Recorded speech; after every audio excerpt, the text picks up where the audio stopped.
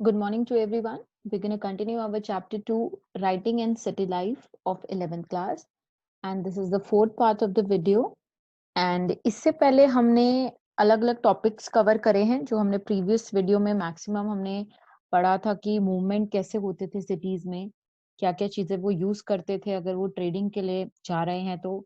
फिर हमने राइटिंग के बारे में पढ़ा, स्क्रिप्ट के बारे में पढ़ा, कहाँ पे वो लिखा करते थे जो कि हमने टैबलेट्स के बारे में पढ़ा, क्यों वो यूज करते थे इन टैबलेट्स को, इस बारे में पढ़ा था। आज के टॉपिक में हम बेसिकली सेटलमेंट के बारे में पढ़ेंगे, अर्बनाइजेशन के बारे में पढ़ेंगे। ऐसा बोला जाता है कि जो मेसोपोटामिया है, मेसोपोटामिया का जो सदर्न साइड था, जो हमने साउथ ऑफ मेसोपोटामिया पढ़ा था in the very first video, वहां पे सबसे पहले सेटलमेंट स्टार्ट हुआ है। क्यों? उसके अलग अलग रीजन थे, because of the flow of the Euphrates, क्योंकि यूफ्रेट्स की नदी वहां पे काफी पास में थी और साथ ही साथ उसके चैनल्स इजिली सदर्न साइड में पहुंचते थे, तो इसलिए सेटलमेंट सबसे पहले मेसोपोटामिया में स्टार्ट हुआ है। So will just begin the topic. Okay, southern Mesopotamia settlement जो सदर्न मेसोपोटामिया में हुई है वो अराउंड 5000 बीसीई के आसपास हुई है। जो स्टार्ट हुआ है वो हमारा 5000 बीसीई के टाइम पीरियड में हुआ है। एंड ऐसा बोला जाता है कि देयर वर बेसिकली जो डेवलपमेंट हुआ वो 3 काइंड्स ऑफ सिटीज जो थी वो डेवलप हुई। सबसे पहली जो सिटी थी वो थी city that developed around the temple. जो सिटीज टेम्पल के पास डेवलप हुई वो एक पहले टाइप की सिटी थी। दूसरा, cities that developed as a centre of trade, जो हमने प्रीवियस वीडियो में डिस्कस किया था, वो वाले एरियाज जो एक सेंटर ऑफ ट्रेड की तरह डेवलप हुए वो एक अलग सिटीज थी। देन इंपीरियल स्टेट्स हो गए, जैसे जहाँ पे शाही परिवार लोग रहते थे, वो एक अलग स्टेट या अलग सिटी होगी। अब जो अर्ली सेटलर्स थे they actually started building temples, okay, और जो पुराने टेम्पल्स थे उनको रीबिल्ड किया गया। The earliest known temple was a very small shrine that was made up of unbaked bricks. जो हमारा सबसे पहला टेम्पल, जो ऐसा माना जाता है जो सबसे पहला टेम्पल था मेसोपोटामिया का, वो सिर्फ एक, जैसे हम बोल सकते हैं कि एक रूम है, उसमें एक एंट्रेंस दिया है और बेसिकली अनबेक्ड ब्रिक से वो बनाया गया था। अब टेम्पल उस टाइम पे एक इम्पोर्टेंट, बहुत ही मतलब temple were the residence of various God. ऐसे माना जाता था कि टेम्पल वो जगह है, बहुत ही प्योर जगह है जहाँ पे सारे गॉड आके रहते हैं। उसको एक टेम्पल, मतलब टेम्पल को एक वेरी प्योर प्लेस माना गया। तो जितने भी लोग थे वो धीरे धीरे करके टेम्पल के आसपास आके सेटल करने लग गए। ठीक है, क्योंकि सपोज कोई फेमस एरिया होता है तो उसमें हर कोई जाके रहना चाहता है। ठीक है, एक सेलिब्रिटी सपोज किसी एरिया में रह रहा है तो जो अफोर्ड कर सकते हैं वहां पे वो लोग वहां पे आके रहने लगेंगे। तो सिमिलर उस टाइम पे जो टेम्पल होता था वो बहुत ही एक अलग प्लेस होल्ड करता था सोसाइटी पे। तो जिसका टेम्पल के आसपास घर है उसको बहुत अच्छा माना जाता था, तो इसलिए लोग वहां पे सेटलमेंट सबसे पहले टेम्पल के आसपास होने लगी। इसमें ये भी है, इसमें आप ये भी सोच सकते हो कि टेम्पल में रोज आना जाता होता था, लोग रोज आते जाते थे, तो इसलिए उन्होंने सोचा कि भाई आसपास ही घर बना लेते हैं, और एक को देख के बहुत सारे लोग आके सेटलमेंट करने लग गए। जैसे मैंने पहले तुम्हें ट्रेडिंग टाउन वाले कॉन्सेप्ट में बताया था कि जहाँ पे सामान बिकने लगा वहां पे लोग आके अपने अपनी शॉप्स खोलने लग गए या नॉर्मल, वैसे ही टेम्पल के आसपास बहुत सारे घर बनने लग गए। पहले टेम्पल छोटे हुआ करते थे, लेकिन with the passage of time जो टेम्पल थे वो काफी बड़े होने लग गए। ठीक है, धीरे धीरे बहुत बड़े बड़े टेम्पल्स थे, बहुत ह्यूज टेम्पल्स बनने लगे। अब हम गॉड की बात कर रहे हैं तो दो, जो वैसे और भी बहुत सारे भगवान की पूजा होती थी, लेकिन जो दो मेन गॉड जो आपकी बुक में दे रखे हैं वो थे मून गॉड ऑफ उर, जो पहली पिक्चर है that is moon God of उर। जो मिडिल में पिक्चर है that is the इनाना goddess. इनाना goddess was the goddess of love and war. तो ये दो मेन जो भगवान थे इनकी पूजा होती थी, और भी साथ साथ और भी वेरियस गॉड्स थे जिनकी पूजा होती थी, but main was moon God of war and इनाना the goddess of love and war. Okay, ये मैंने एक जो लास्ट पिक्चर, आप थर्ड पिक्चर देख रहे हैं, इसमें टेम्पल का कंस्ट्रक्शन दिखाया हुआ है। ये काफी टाइम बाद जो टेम्पल्स है उनका कंस्ट्रक्शन है। देखो कितने ह्यूज टेम्पल हैं, ठीक है, बहुत बड़े बड़े टेम्पल होते थे। अब टेम्पल पहले स्टार्टिंग में मैंने तुम्हें बताया कि एक स्मॉल रूम से शुरू हुआ था, लेकिन अब जो टेम्पल्स थे उसके साथ सेवरल रूम्स कनेक्टेड थे, साथ ही साथ ओपन कोर्टयार्ड था जहाँ पे वेरियस एक्टिविटीज होती थी। बहुत जैसे फॉर एग्जांपल सपोज किसी की शादी है या कुछ है तो वो लोग टेम्पल्स में जाके ये सब रिचुअल्स परफॉर्म करते थे। तो ओपन कोर्टयार्ड्स बना दिए जाते थे ताकि एक ह्यूज अमाउंट ऑफ पीपल जो है वो वहां पे कलेक्ट हो सके, ठीक है। अब क्या है जो कि ठीक है, इसके बाद हम मूव करते हैं जो टेम्पल्स हैं। Temples had their outer walls going in and out at the regular intervals which no ordinary buildings ever had। देखो टेम्पल्स की जो बाउंड्री होती थी उसका थोड़ा डिफरेंट स्ट्रक्चर होता था एज कंपेयर टू जो नॉर्मल हाउसेस थे वहां पे। जैसे फॉर एग्जांपल एक स्क्वायर है, एक स्क्वायर की हम नॉर्मली बाउंड्री देते हैं किसी घर पे, लेकिन टेम्पल का ऐसे नहीं होता था। टेम्पल का इनवर्ड एंड आउटवर्ड बाउंड्रीज जाती थी, जो कि इसको डिस्टिंग्विश करता था विद द रेगुलर हाउसेस। अलग अलग हाउसेस के साथ इसको डिस्टिंग्विश करता था। अब क्या है, अलग अलग तरीके से लोग भगवान की पूजा करते थे, अलग अलग तरीके से अपनी भक्ति भगवान को दिखाते थे। तो जो जो उनके पास उस टाइम पे ग्रेन्स, ठीक है, जो चाहे ग्रेन्स हो चाहे कुछ भी हो जो उनके घर में अवेलेबल होता था, उसको भगवान को मतलब as a token of love respect, ठीक है, उनको चढ़ाया जाता था। जैसे हम मंदिर में जाते हैं, हम 100 रुपए चढ़ा देते हैं या कुछ फ्रूट लेके जाते हैं वो चढ़ा देते, तो सिमिलर वहां पे भी कॉन्सेप्ट होता था। तो कर्ड चढ़ाई जाती थी क्योंकि फिश यूफ्रेट्स के पास था। तो जब एक्सकावेशन के टाइम पे आर्कियोलॉजिस्ट को वहां पे से फिश बोन्स बहुत ज्यादा मिली है, ह्यूज अमाउंट में मिली है, तो इससे कंसीडर किया गया कि फिश को भी भगवान के जो मेसोपोटामियन है वो भगवान को चढ़ाते थे, ठीक है। जितने भी उनके पास एग्रीकल्चर फील्ड से जो जो प्रोडक्शन होता था वो सब एक अमाउंट, ठीक है, भगवान को as a token of love submit करते थे, ठीक है।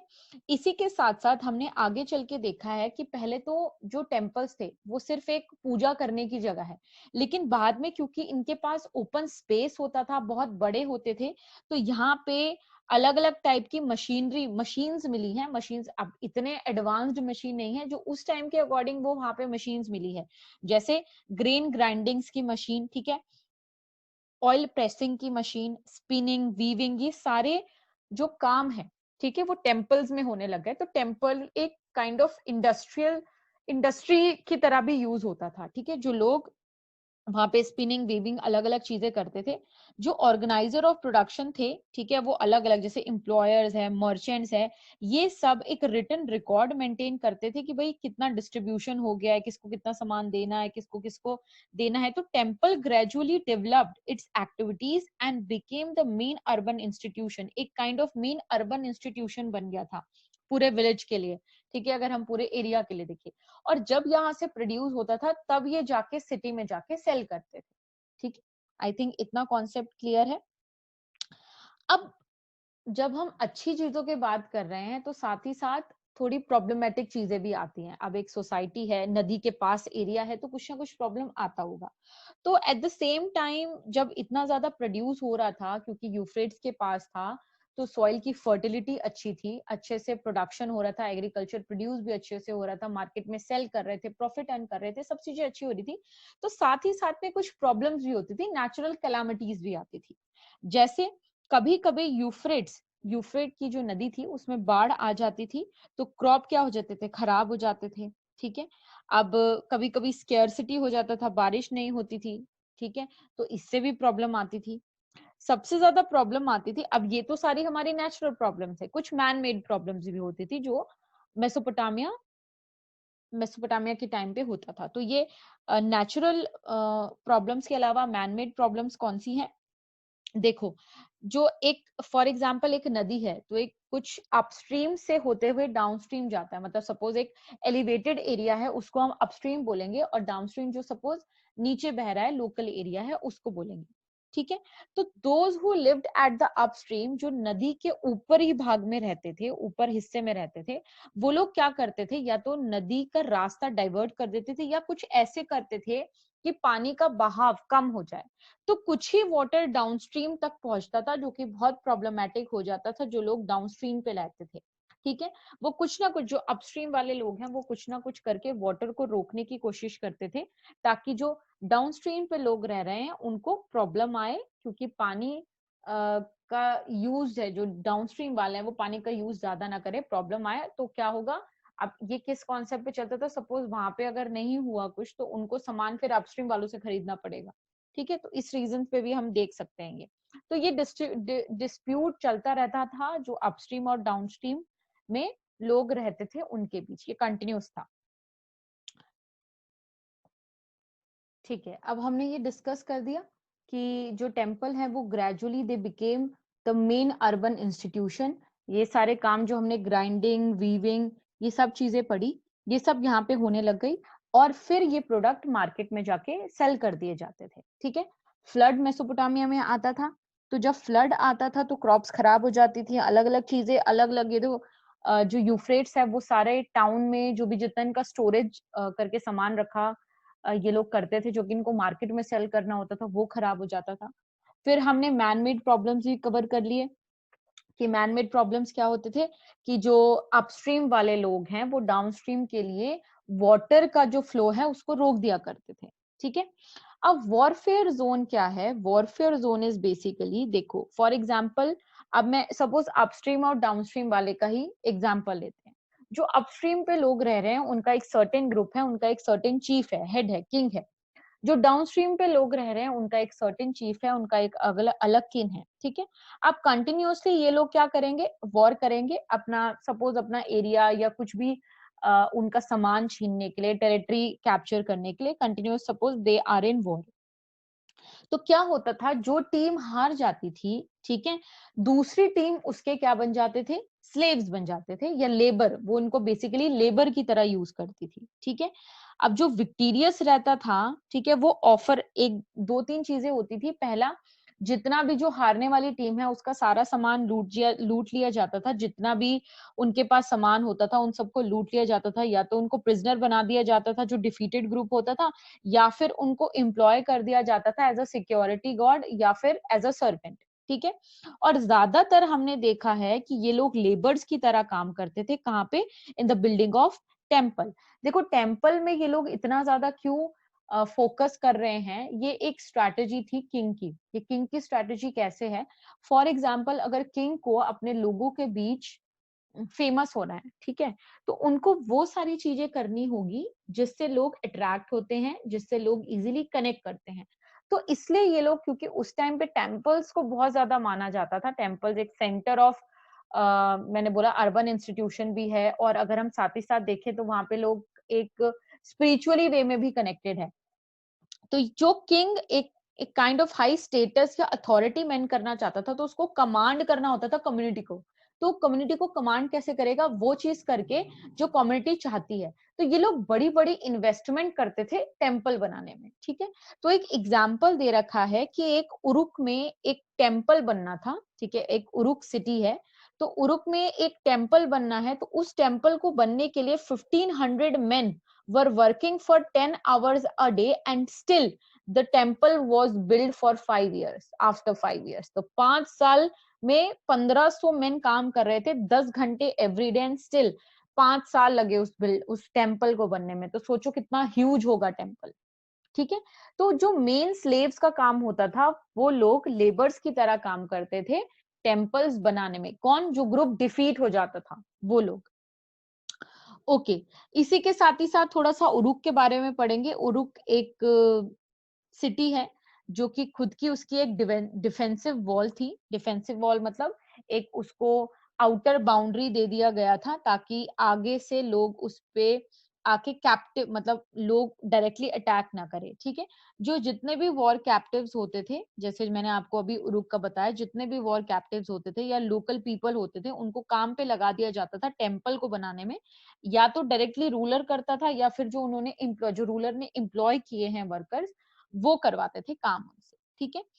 बहुत सारी hundreds of ration lists have also been found and which give information about the people। देखो ऐसा होता था, जैसे for example suppose I am the labour, ठीक है, तो मुझे बोला जाएगा कि तुमको सैलरी नहीं मिलेगी काम करने की, लेकिन तुमको खाना पीना सब कुछ दे दिया जाएगा, बट तुम्हें अपना टाइम किस में लगाना है, टेम्पल बिल्डिंग में।